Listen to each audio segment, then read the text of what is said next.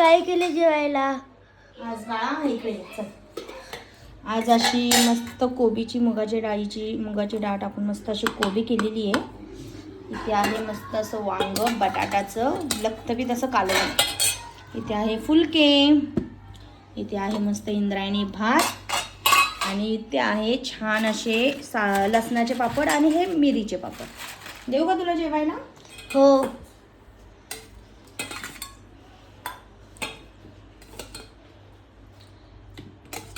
मस्त असं वांग बटाट्याचं कालवण. इथे आहे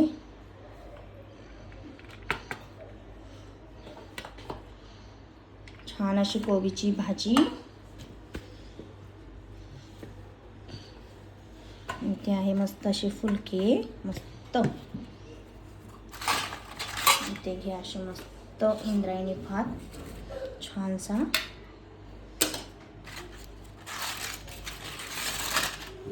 हे असे पापड.